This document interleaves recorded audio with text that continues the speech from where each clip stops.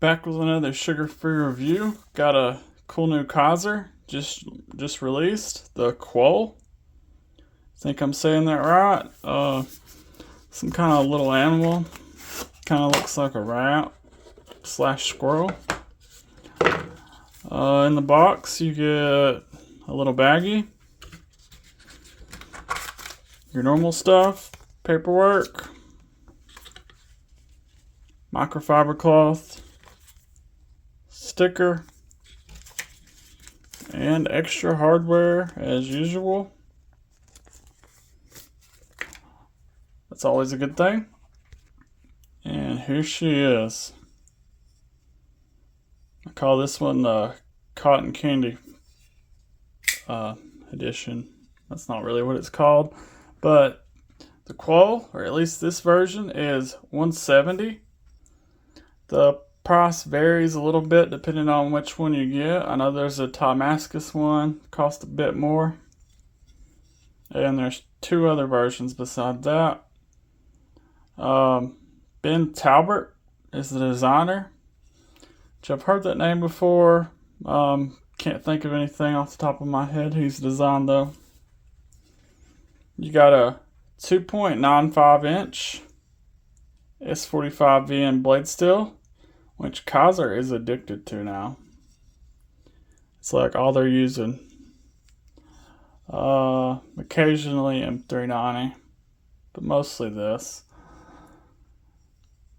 The blade is a drop point, and it's stonewash, but it's a different kind of stonewash. I guess kind of looks like it was bead blasted then stonewashed, maybe. Yeah, flat grind. You got a 3mm blade stock, or 0.118 inches. Let's check the factory edge.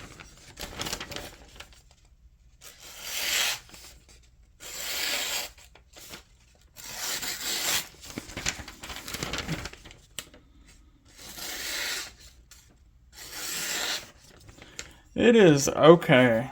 It is serviceable. A little bit of stropping, that could be better. It cuts, but nothing spectacular.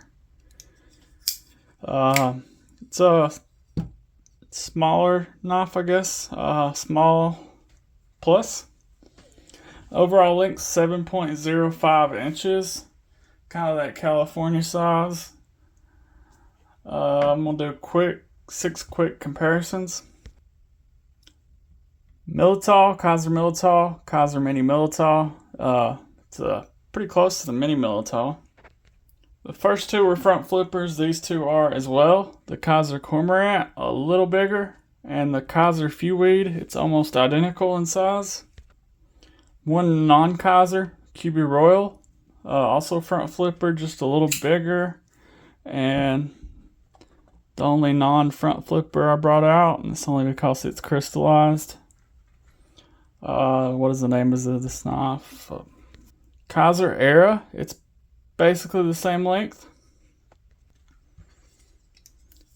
Got a 4.1 inch handle, 0.50 inches wide.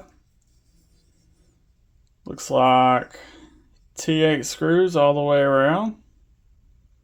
Nice and clean. And the weight,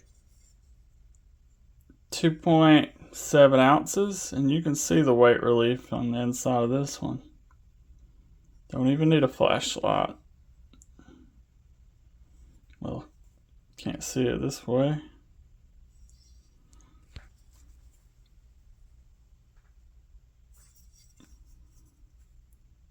Looks like only on one side.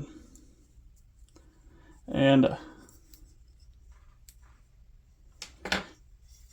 I thought, because there's a hole here, that the clip might be reversible, but it is not.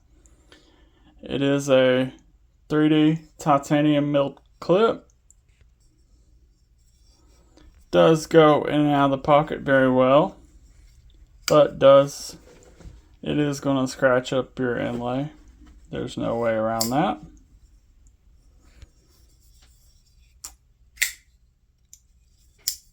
Speaking of inlay, it is crystallized titanium with kind of a fade ano.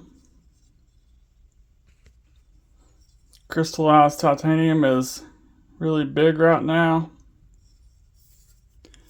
and I like it because it looks good, but it also holds ano a lot better than regular titanium. You can touch it, whatever, and it doesn't fade as bad as normal tie. Kind of goes from a blue, purple to a pink, and it is flush. It's seamless, very nice. The rest of the handle, it's stonewashed titanium. It's not really contoured, but it's not flat either. And the lock, tons of access. I'm gonna call this a subframe lock because a little bit of it is behind the inlay.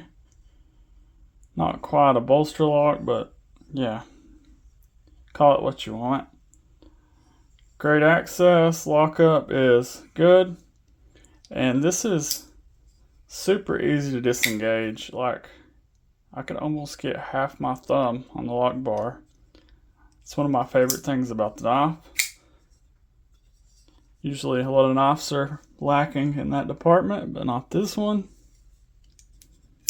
Your deployment, got a front flipper with jimping all the way up, but not over. Super easy to front flip.